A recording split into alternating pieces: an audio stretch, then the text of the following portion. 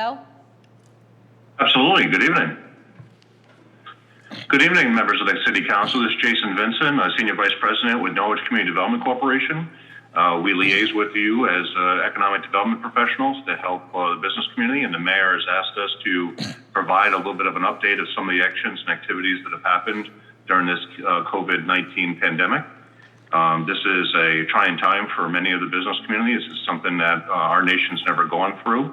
And so, one of the things that we've learned is that there was no amount of planning that could have prepared our community or these businesses for this type of activity. And we're learning as we go what types of resources and tools we can help the business community secure. And so tonight I kind of wanted to highlight some of those and talk a little bit about some of the team members that we have within the community that are helping the businesses try to find their way forward. So we'll do a quick presentation. I have a bunch of team members here that are going to chat about their experiences, and then we'll be able to answer some questions that you might have. So a couple of things I just wanted to highlight. As economic developers, one of the biggest roles that we have is connectors. So at NCDC, we work hard to develop and build relationships in a network so that when there are resources that we need, we can pull upon those resources from other professionals, either in the state or the nation. And so we've been spending a lot of time finding out what that information may be, informing ourselves, educating ourselves about the different types of programs so that we can help the business community decipher what those things may be in the most effective way possible. When you're dealing with a fire hose of information, and I'm sure you may have seen it in your own lives, there's a lot of different pieces of information coming at you very quickly right now during this pandemic. We've been trying to work hard to decipher that, to distill it, and to try to make it into a digestible amount of knowledge and information for business people to proceed. So things that we've done, we've really ramped up our e-news, trying to make sure that we're communicating via that method, but recognizing that's contributing slightly to the fire hose of information. But we know email is still a critical piece of media to get communication out there. We've also have our website with information and links to other players and parties such as DECD, the State of Connecticut's Department of Economic and Community Development, which is providing a series of different programs. But what they've learned through this is that their programs have been quickly oversubscribed because of the enormity of this crisis. One of the fun things that I think we've done is we've created a crowdsourcing tool, a Facebook group, where other business people can talk to each other about some of their experiences and some of the success or failures they've had by using programs that we've been made aware of and put up there as available to them. And so it's been really intriguing to see how people react to that and how they participate and how people within our network are helping other businesses find answers. So I've been very proud of the participants in that group because they add a dynamic component to the work that we do, and it's compelling. We've also, we reacted to things that people within the community have suggested that we might do. For example, we created a bartender group to create a virtual tipping program where people that are out of work could still connect with their customers and their customers could still tip them. And we've tried to build relationships within that group and try to keep those spirits high as those people that pour spirits for many of us. So, again, using the role that we have as connectors in different ways to try to help the community where we see opportunities to help them. Then doing the basic bread type economic development work that NCDC typically does, business retention, expansion, attraction, and development, reaching out, phone calls, emails, trying to connect with people as best as we can to find out what issues they're confronted with and the things they're dealing with. So we've also, put out a survey and we're still collecting information, and we hope that we'll be able to share that information with you in the near future, such that it's able to benchmark what we're doing and how it relates to other places in the region. So the other people I wanted to bring in, the first person I want to bring to the table to share some of our experiences, I'm going to bring in the president of NCDC, Bob Mills. Bob has been with NCDC for almost a decade, and his relationships with people in our business park particularly has been very helpful during this. And Bob, if you could share a couple stories about how that's worked out. Thanks, Jason. It'll be 12 years in August. So the sort of the backbone of of economic development for the city has been downtown and the business park. So I wanted to just give you a little bit of an update on activities that we've been able to take on on behalf of the city. So first of all, for downtown, we picked up the clue from our banking friends that loan forbearances during this period of time might be one of the most proactive and best things that one could do for businesses that have got debt through the downtown bond program. And so with the committee's assistance and the assistance of Eastern Savings Bank, who does all the underwriting work for us, and also Mark Block, our counsel, we were able to process loan forbearances for the 5 outstanding loans that we have for a total for a 3 month period of time. The total outstanding balance in the loan program is about $225,000. So we're taking a small hit in the program, but to the benefit of the city, trying to give those people with some debt a little bit of a cushion, a little bit of a break. So we instituted that, and we sent out an agreement that Council Mark Block had put together, and gave everybody 5 days to respond. And we got 3 of them back the same day, and the final 2 came back on day 3 of that 5-day deadline. And so, proud to say that everybody's taken advantage of that. And the other thing that we're trying to do with this downtown is that it's been 10 years of working on downtown, and we didn't want to allow it to slide back any more than it's going to anyway from this. And so that was one of the real reasons that we wanted to make sure that we did what we could do to sort of hold ground if we could. Related to the business park, there's 3 areas of activity in the park that we played an integral role in helping businesses in the park connect with the right people, as Jason said, connect with the right folks to make sure that they got the assistance that they needed. And real proud to say that we were able to do a couple of them with the assistance of Congressman Courtney. We were able to get a business that has a presence in the business park, but a primary place of operation down in New London, and they were ineligible due to some background situation with the EPA. They were not eligible for the federal program. So we reached out to Courtney, his office, and this organization had done everything they could do legally. They filed all the paperwork and all the stuff well before this COVID-19 hit. But just the wheels ground a little bit slow, and they were not eligible. So Courtney's office stepped in, made a couple of phone calls, and just basically expedited the work that was being done that just hadn't been completed. And so they missed the first round of the PPP, but they were ready and ready to go for this one that just opened up, the second phase.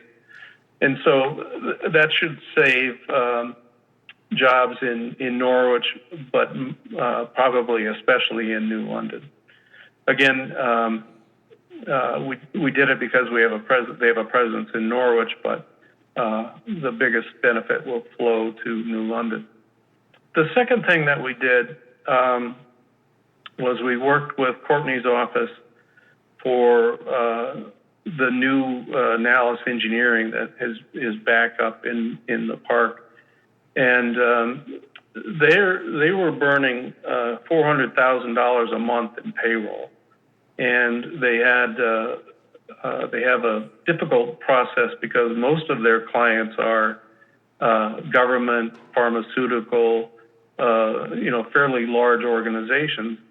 And so their accounts payable is due in 30 days as is normal. but their accounts receivable is usually in 90 to 120 days. And so burning payroll was a real big problem for them. So Courtney's office helped to make sure that that got expedited. And I'm real happy to say that they got the nod. They received their funding in the first round. And I think it's to just about $1 million, probably a little bit less than $1 million. And so it was good news for us. The other thing during this period of time is, as Jason said, BRED, the business retention, attraction, expansion, and development continues. And so with that, in the business park, as you know, Lyda Lear had been vacant for some period of time. And we've been working with the brokerage firms. They changed hands a couple of times, the brokerage firms, but we've been working with them to find a buyer, and hopefully a buyer that kept the property as a industrial and not a bunch of little tenants, but somebody a little bit larger. So finally, Jason actually put the work together. He did a response to a bunch of questions, and then we worked with this brokerage firm and a buyer. And happy to say that there is a closing scheduled for the third week in June. And the buyer is an industrial investor. They do industrial projects all around the Northeast. And so they are indeed closing on that property. They've gone through their due diligence, and they're just waiting for and they're self-funded, so they're just waiting for the details to work themselves out with the seller. And then we're also working with the mayor in trying to connect a potential user that the new owner can work with. So more about that as it becomes ready for public broadcast. And then just the last thing I wanted to do was also in this vein of continuing the work that we've been doing. I want to let you know that we've signed off on the third and final piece for the Panema Mill funding for the first set of buildings. And so we signed off on the sponsorship with the Department of Revenue Services. We provided our Cert 119. And so we've done everything we can do as the nonprofit development company sponsor for them to get them set up and to continue on with the project. They still have a big capital stack to put together, but they hope to have closing on all the funding by the end of July. They will then be able to complete all of the apartments, the 316, I think it is, apartments that they've scheduled work on. And then their next big thing is the South Mill, 555. And Deanna, the city, Jason, we've been working on trying to figure out how to get that done. And that'll be, if we can pull together the concept, that'll be a role for NCDC to work with them on going forward. But the good news is that we've done everything we can do for the funding required for the all the apartment complex. So that's my update. Thanks, Bob. That was great. And, the different roles that we play as economic developers, being connectors, in the case of Panema, we're connecting them as using our nonprofit status to help bring additional savings into the project. They'll as a co-developer with them, we're able to reduce the cost of the construction project, which is pretty significant.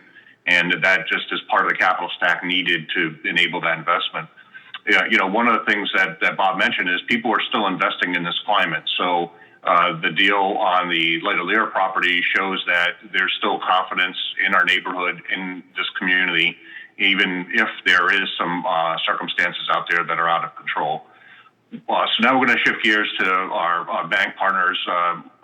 The Paycheck Protection Program and the Economic Disaster Loan Program that the federal government created as part of the CARES Act were designed to provide tools and resources, loans and grants to businesses.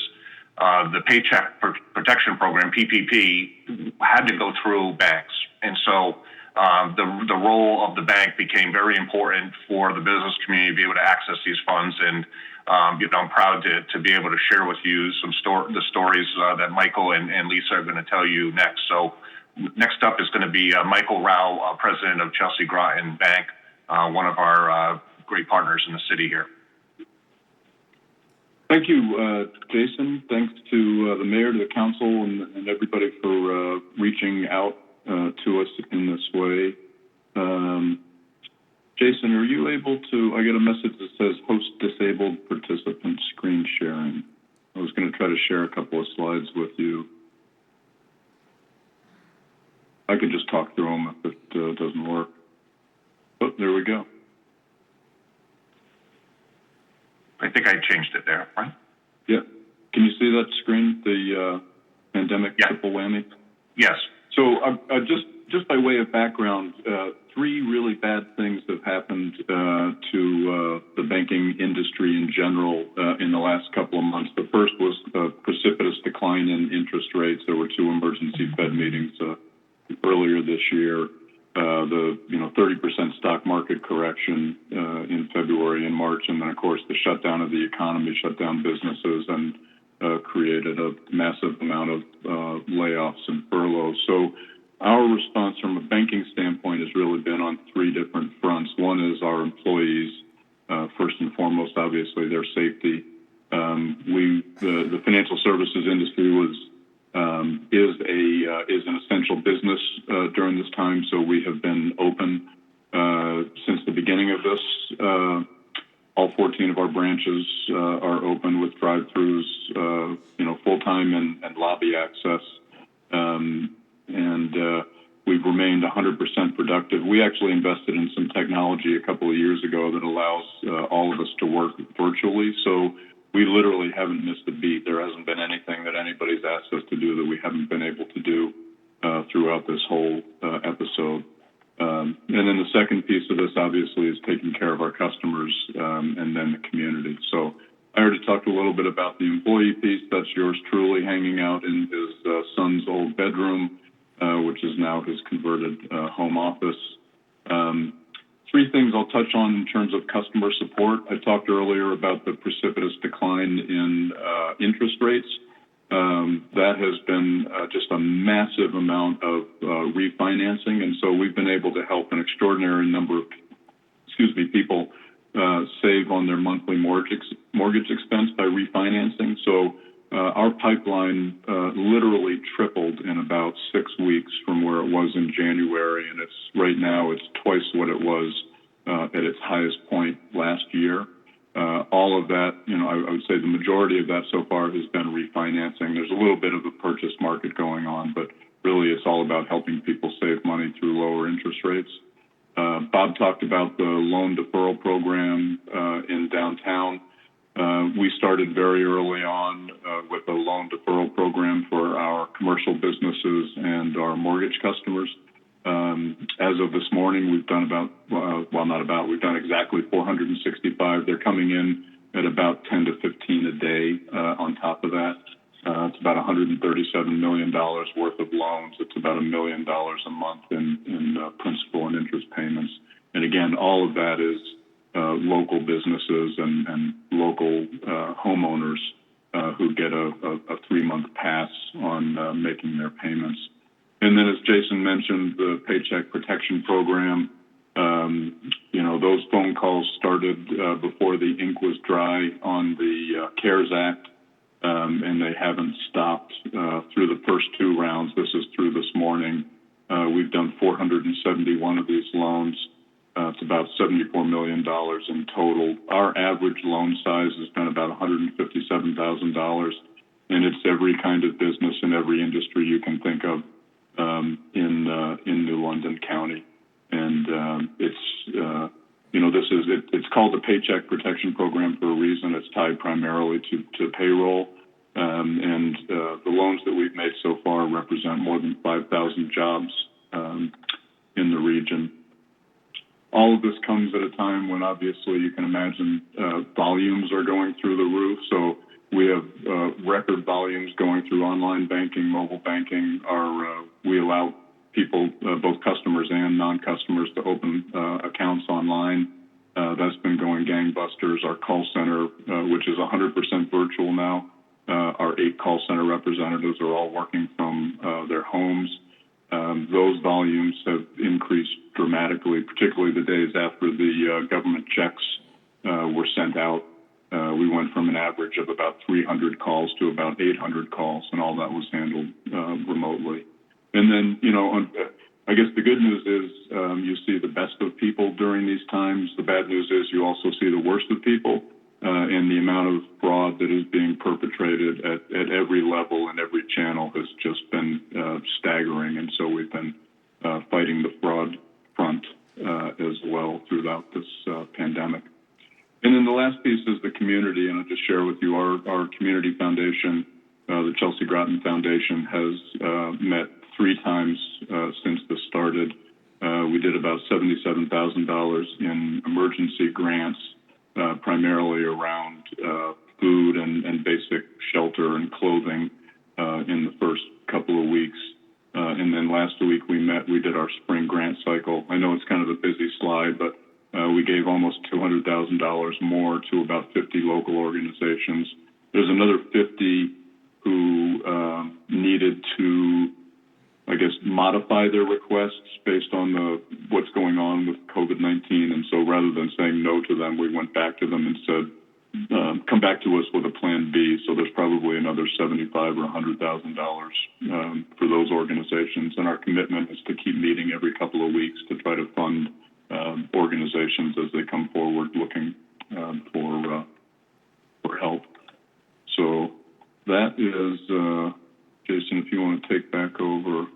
Yeah, that's sort of a summary of what's been going on, and I'm happy to answer any questions anybody has when we get to that. Great. Excellent job. Thank you, Michael. Thanks for the update. You see a lot of knowledge organizations benefiting from your charitable work within the foundation, and Global City Norwich, which is a program NCDC participates in, has been fortunate to be funded significantly by the Chelsea Groton Foundation, which has enabled a lot of outreach efforts that we've been doing. So now we're going to go over to Lisa Griffin, who is the president of Eastern Connecticut Savings Bank. Don't forget the Connecticut part, right? World headquartered in downtown Norwich. So some of the things that I've heard from customers that are dealing with both Michael and Lisa is how fortunate they are to have business relationships with both of these small banks. And it's reinforced my belief that local banks are critical business partners, and that when we talk to our business community, to remind them that they need to partner up with a small local bank that's going to be in their corner when time comes together. And I think Lisa has a couple of stories related to the PPP and what they've been able to do that I'd love for her to share. We've been busy working night and day, as Chelsea and every other community bank has, probably every bank in the country. And our numbers won't be quite as robust as Chelsea, but based on our size, they're solid. We've done 143 loans for about just under 17 million through this morning. And our forbearance requests, we've had about 143. Most of those have been commercial. Well, about 60% of them were commercial. We reallocated all of our underutilized branch staff so that we could do outreach really early on before the state suggested that we go out with forbearance. We reallocated staff so that they could start reaching out to the customers we were most concerned about, the ones we knew would be most affected. And we posted it on social media and emailed all our customers. So we've been active as well. And our foundation is meeting next week to start talking about how we can help in the community as well.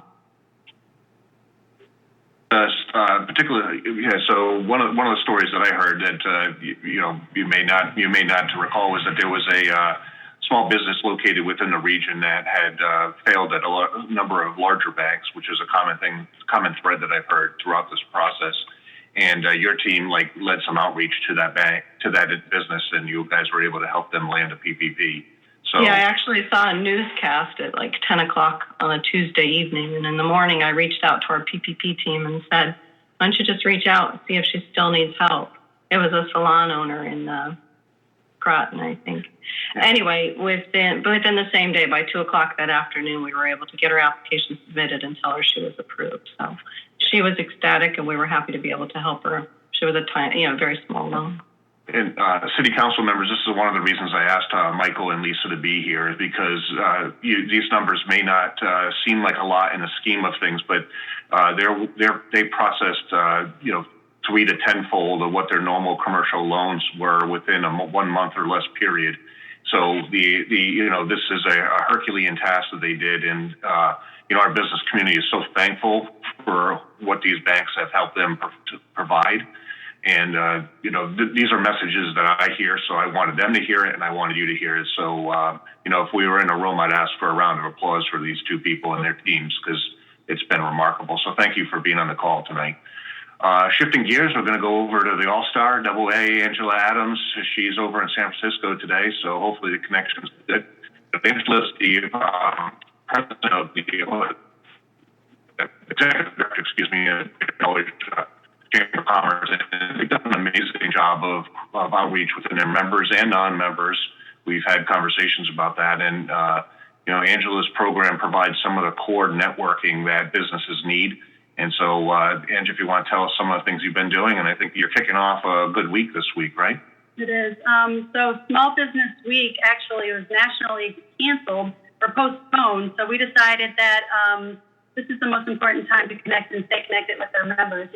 In addition to working with the local banks in Easy and the city of Norwich, we've been working a lot with the Small Business Association, the Women's Business Development Council, and many more other organizations that help our businesses, to grow. And one of the things that I love about our community right now is that everybody's trying to step in. All our members are trying to step up. And I started out this week with to throw 12 webinars out there.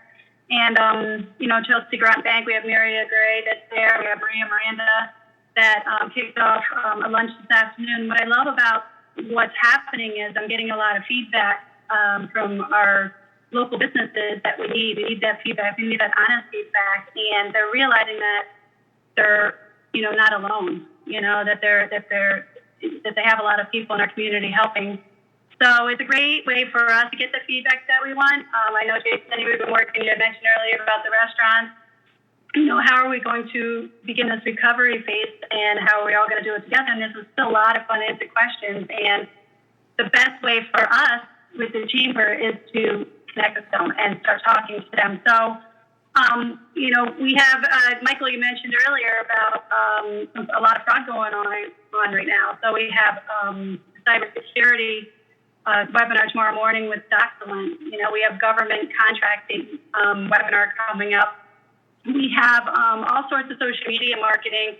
Right now it's time for businesses to look at their mission statement and look at their business plan and reevaluate and see how they're going to move forward. So we have a lot of different connections within the chamber, as well as our non-members as well. And I think a lot of people are really starting to utilize these benefits. I even have artists that don't really know how to connect now with their community. So they're learning how to use Zoom. That was this afternoon, and we actually had a couple artists and a piano player, to offer lessons on Zoom, and they didn't know how to use all this technology. So I think, they're relying on the chamber, and they get the connection to the chamber through, events such as Rock the Docks, and that all our local businesses help to sponsor. And that's how they learn about the chamber, and that's how they learn to be connected. And I think they're comfortable right now. So, I do want to also give a shout out to a lot of our organizations right now that, we've worked with Franco's Comedy for a Cause.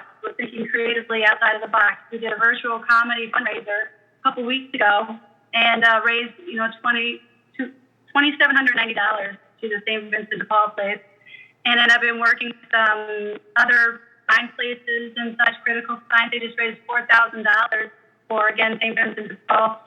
But we're doing another fundraiser for TVCCA Meals on Wheels. So the chamber may be, a little quiet as far as, not having a name on anything, but I can guarantee you that we are connected one way or another with most of the programs that are out there right now.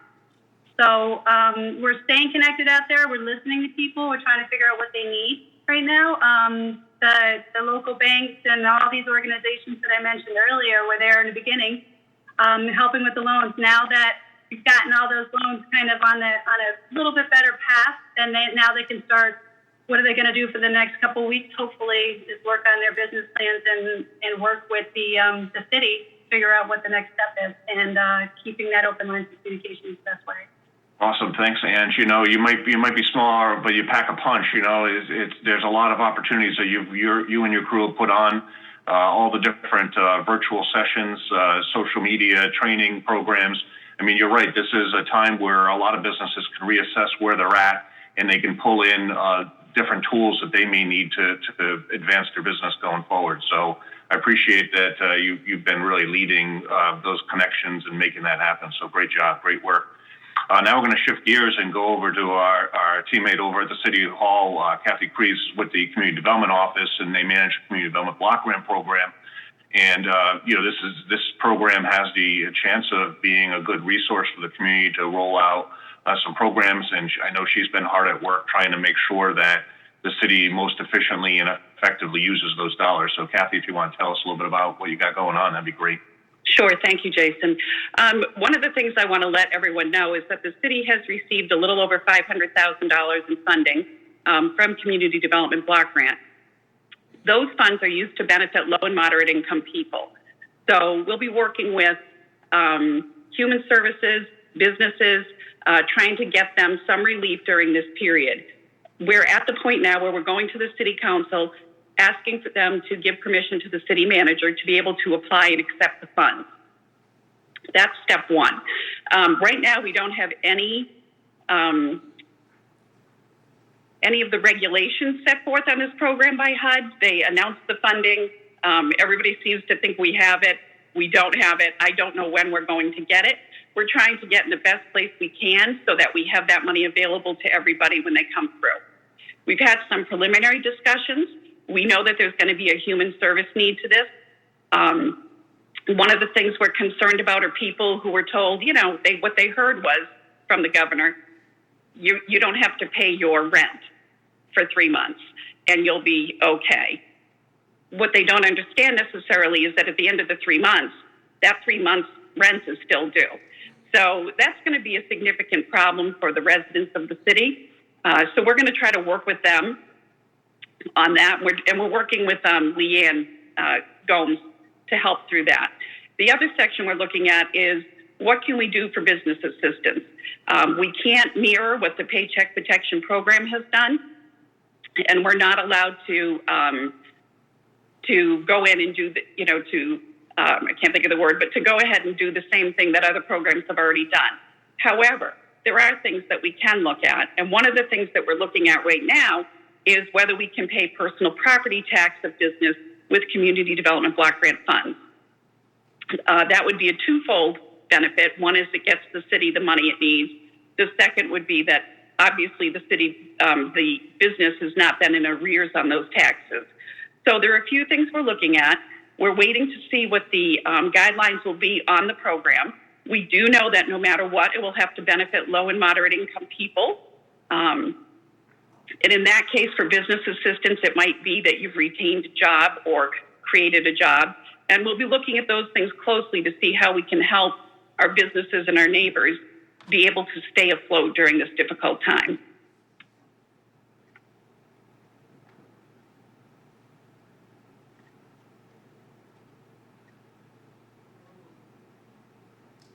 That's excellent. I appreciate that update.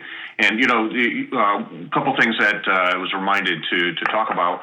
NCDC also operates what's known as Foundry 66, a co-work space. Right. And, as you may be aware, non-essential type businesses have been shut down through executive orders by the governor. So our operation has been impacted by that. But we've lost members, as you'd expect, and we've picked up a couple. But what we're working to do is reposition ourselves, or at least position ourselves to be a resource for small businesses that could emerge as a result of this. During the last economic downturn, things like Lyft and Uber and Airbnb resulted from people rethinking some of the systems that were in place. And if there's 30 million people unemployed right now, there's a lot of minds out there that will be rethinking what they want to do with the rest of their lives. So I'm hoping that the co-work movement and makerspace and things of that nature will continue to emerge as a thing with the community. So we'll see what we can do there. So at this point, what I'd like to do is turn it over to the City Council and see if there's any questions and comments that we can help answer. Okay, thank you very much. Appreciate all of you being here tonight and to hear all the wonderful news and examples of hard work that you're all engaged in. Before I turn it over to members of council, I would also like to add on to what Kathy Kreese mentioned. Another area we're looking at is utility payments. We know that utility payments across the city are down. Utility payments actually generate revenue for the city as well. And that's another component that we're having in those discussions concerning that $506,000. So at this time, I would invite members of council to ask questions. I would ask all others who are not speaking to turn your microphones off, as I'm going to turn mine off right now as well after I acknowledge someone who wants to speak. Alderman DeLucia, the floor is yours. Thank you, Mr. Mayor. Jason, if I heard you correctly, you said that NCDC is currently conducting a survey to measure impacts on the business community. Could you give us an outline of the kinds of information you are collecting and what outcomes we're anticipating? Yeah, thanks, Alderman DeLucia. Yeah, we are conducting a survey. It's posted live on our Facebook page. I believe it's on our website as well. We sent it out via e-news. And what we're doing is using the survey that's been asked in other communities in the state, so that we can benchmark, how we compare to those other communities. So starting off with, what sector of the economy are they in terms of what business they're operating, what hours are they open? Are they open their normal hours, partial or closed? The size of the business, the types of issues that they're experiencing from COVID, loss of supply chain, loss of future orders, revenue, and then how important various programs that are out there are to them, cash, debt. We're not hearing that people need more debt, that's for sure. Social media support, the things like the Chamber's doing. So we're trying to get a feel for what the business community thinks that we could be doing or the city might be able to do better. We're asking what programs they've already taken advantage of and or plan to take advantage of, and if they've been able to successfully secure any funding. And then how long they can sustain under the current conditions. Can they survive a month or multiple months? So in terms of those types of questions, we're seeing that a third of our businesses roughly are closed right now. They are not operating. They just can't operate. About a third are open 40%, are open limited hours. And then the remainder are open regular hours. So that just gives you a rough breakdown. Most of the respondents that we've had so far, about 40% are one-person firms, about 40% are 2 to 10. So, 80% of the respondents are very small businesses, up to 10 employees. And that's a good percentage of our business base in the city to begin with. 80% of them have seen loss in sales is what we're finding so far. Many of them are planning to use the programs that are out there. And, we're seeing some numbers. Some of them have said they've gotten up to $120,000 through the Paycheck Protection Program. So, we're seeing that people are able to activate. And I think you heard from Bob a little bit earlier that, Nallis was able to get a significant amount of funds if you think about what their payroll burn was per month, as he mentioned. So, in terms of where people think or the businesses think they could survive, 10% have closed permanently right now. And on the opposite end of the spectrum, 40% think they can make it to September. So the other businesses are somewhere in between. And so, you know, as we continue to collect this information, then we'll be able to show how this compares to other towns. And, you know, we'll be able to share it with you, you know, as the information becomes more valuable to share. I think the number of response that we have right now it's a good number, but we'd like to see if we could double that number at minimum before we start sharing the information. You're welcome, Alderman Doyle. Anyone else like to ask questions? Alderman Wilson. Again, thank you, everyone, for being a part of this discussion tonight. I just have several questions or comments. The first is there any way, when doing the survey, to data track the different styles of small businesses, so from restaurants to firms and different things? And also, is there a way to get a complete list of businesses impacted that have responded from Norwich? Okay, so the answer to the first question is yes. So what we've asked is what industry sector our business is in, whether they're a restaurant or whether they're in retail. So we're collecting that information, and then we've asked what size they are as well. And theoretically, we could cross-tabulate that if we had the skill set to do so. You know, I'm sure we can figure that out. But yes, that's that information. And the survey is probably small enough that we'd be able to glean that information from it. In terms of the complete list of businesses impacted, that's going to be a challenging thing to do. There is no complete list of the businesses that we are in possession of. So, you know, the city does have a list of all the businesses that pay personal property taxes, but we don't have access to that information. So if we were able to access that information, we'd be able to then communicate with all of those parties and know that we had a complete list. My second question or next question would be for the two banks, both Liberty and Chelsea. Thank you guys again for the work that you're doing as far as, East, it's Chelsea and Eastern. Correct. I'm sorry. For the work that you're doing here in the city to help the different businesses. The question I would have, and I don't know if it's a tough one for you to do, is out of all of those loan applications, is there a way to let us know the amount of businesses from Norwich who have been able to access the program, the Paycheck Protection Program, as well as the other grant program? I think that would be a huge thing to know, kind of where some of these businesses have been able to help themselves with some of the opportunities out there.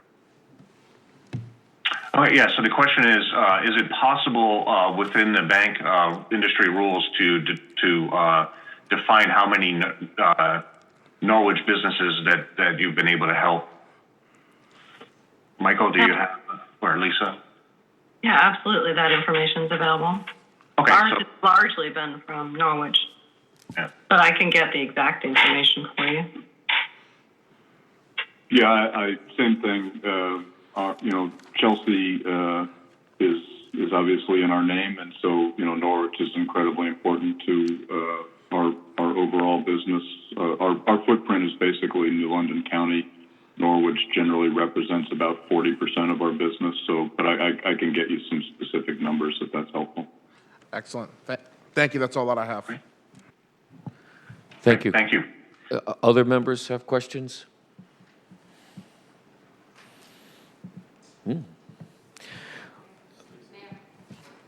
Oh, please, thank you. Alderwoman Stacey Gould. Good evening, and thank you all for being here. First of all, I'd also like to offer my kudos to Chelsea Groton Bank and Eastern Savings Bank for helping small businesses work through the process of applying for either the payroll protection program or the loan program, because it can be a daunting task when you are inundated with paperwork and you want to make sure every I is dotted and every T is crossed so that you can get yourself some money to keep your business afloat. But my question was for Jason. Did you say that 10% of the businesses have closed permanently, or 10 businesses have closed permanently? So far in the survey responses that we have, 10% of them have indicated that they've closed permanently. And did they give you... Excuse me? Go ahead, I'm sorry. I interrupted you. Yeah, so based on the number of responses we have and outreach that we've done, that's not a surprise. I'm not surprised by that. This is a survey. The survey is a very small. It's not a large group of people at this point. Okay. I wouldn't go around touting that 10% of knowledge businesses have closed. I'm just saying that's currently what our survey is indicating. But I would anticipate that number is going to go down. Okay. And my follow-up to that is, in the survey, do you ask them why they've closed? Was it because they couldn't make a deal with their landlord to pay the rent, or their business was so badly impacted that they just could not continue, or they were unable to get either the payroll protection program or the small business loan? Did you do any kind of exit survey? I hate to use that word, but closing survey? No, we haven't done any follow-up yet at this point in time. Those are good questions to ask to find out what other impacts were out there. We have the survey responded information, and if we need to poke at it, we have the ability to ask additional questions and conduct that exit survey information. Right now we're still in the process of just trying to collect the information. So, but as we look at it, we'd love for what other additional questions we might be able to ask or outreach we might be able to do to find answers. Okay, thank you. Thank you, Alderwoman Gould. Alderman DeLucia. Jason, you said 10% of the respondents. How many respondents to the survey? Right now, we're at 35 respondents. I'm sorry, was that 35? Yeah, 35. Yeah, 35. Thank you. Thank you, sir. Alderman Wilson. Just a follow-up question. Kind of looking ahead at what is to come in the months coming, and specifically in the fall, with the possibility of this having a second round or second wave situation. Are you guys working on a plan if that was to occur, so that some of the things that we're doing now can be easily rolled out come a possibility that such a situation does happen come the fall or winter? I wasn't able to hear much of the question, but it sounded like you were asking, are we working on a plan for the second phase, the second wave? Correct. So if this was to happen again in the fall or in the winter, are you working on the possibility of having a plan in place to better assist businesses in a quicker way, having gone through some of these programs and this situation currently? There are a lot of variables that we don't control, which makes having a plan in place really difficult. So, for example, PPP and EIDL, we don't control those programs. The state's program, the bridge loan, we don't control that. We don't control permitting. We don't control regulations. So what we've been trying to do is, as connectors, make sure that any information that comes out from those other agencies, that people are aware of them and are trying to take advantage of them as best as possible. And then also that they're thinking about what the future may be, even though there's so many variables and there are a lot of unknowns. And I think for the second wave, there are just too many unknowns to just start figuring out a plan. We're still trying to figure out the first wave. There's still unknowns right now as to when businesses can be operational again. And even when those businesses can be operational, what are the rules that are going to be in place? We're spending a significant amount of time trying to understand what outdoor restaurant definition means to help our restaurants prepare to take advantage of May 20th, if they can. So, it's right now, a second wave is really difficult to think about because the first wave is still, we're still submerged in trying to breathe. Thank you for the response. I think my bigger concern is One, yes, a second wave, we really don't know what can happen, but I think the other thing to look at is, opening on May 20th, for some restaurants and businesses, there are still a lot of areas communication-wise that I think you guys are already doing that I think need to continue. And, the uncertainty is there. My concern is from a standpoint sitting in this seat, the communication channel continuing to stay open. Those constant surveys, I think, are something that may need to be continued to happen even after this survey, because there are a lot of unknowns, but each month things are going to look different depending on the outcome of how these various phases roll out. And my hope is that the commitment is continued there. I'm not so much worried about the different programs that are put out by the state and the federal government, because of course those are things we don't control. I think the bigger part is the execution of the communication plan to direct individuals to the proper resources as they come out. So thank you.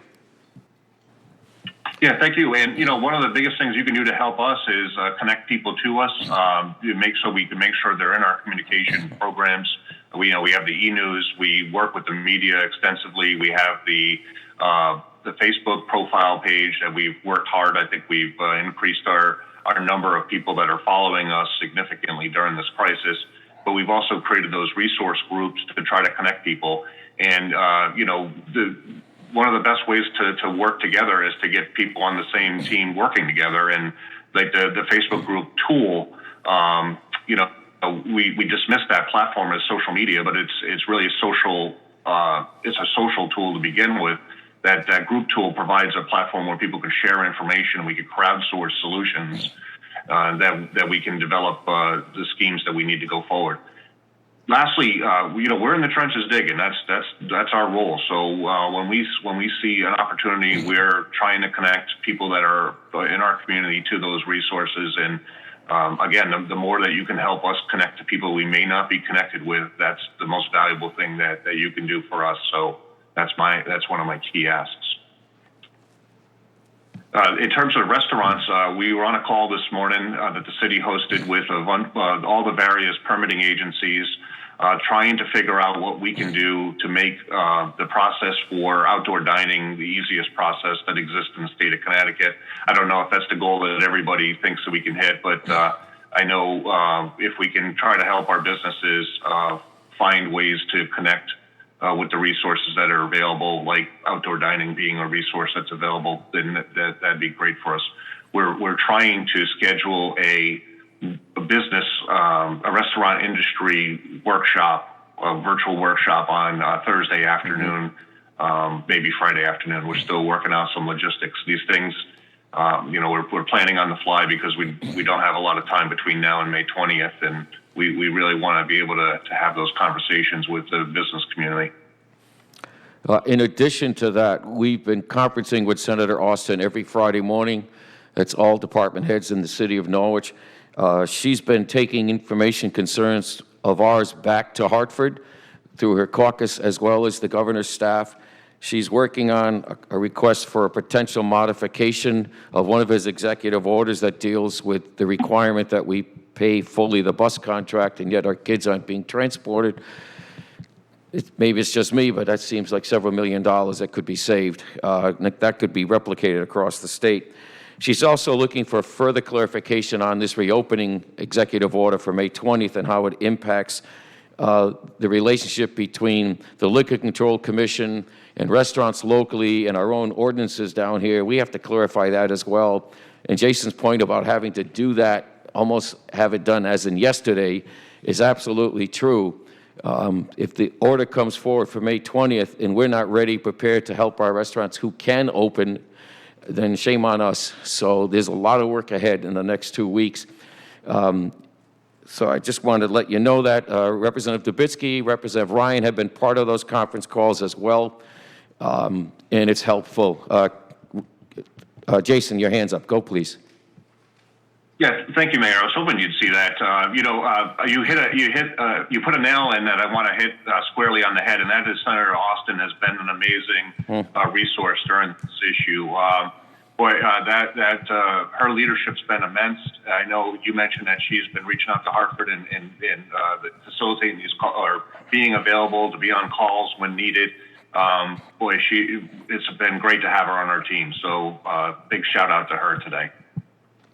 I'd like to end with a shout out to all of you and all of your people who help you, your employees in particular. I know it hasn't been easy, but on behalf of the council and the entire citizen of Norwich, we want to say thank you so much because we know the work still lies ahead, more to be done, but it's a real boost in confidence to know you're all there on the team. Thank you very much for participating this evening, and all stay safe. Be well. Thank you. Thank you, Mayor and the council members. Thank you for your time. We appreciate it.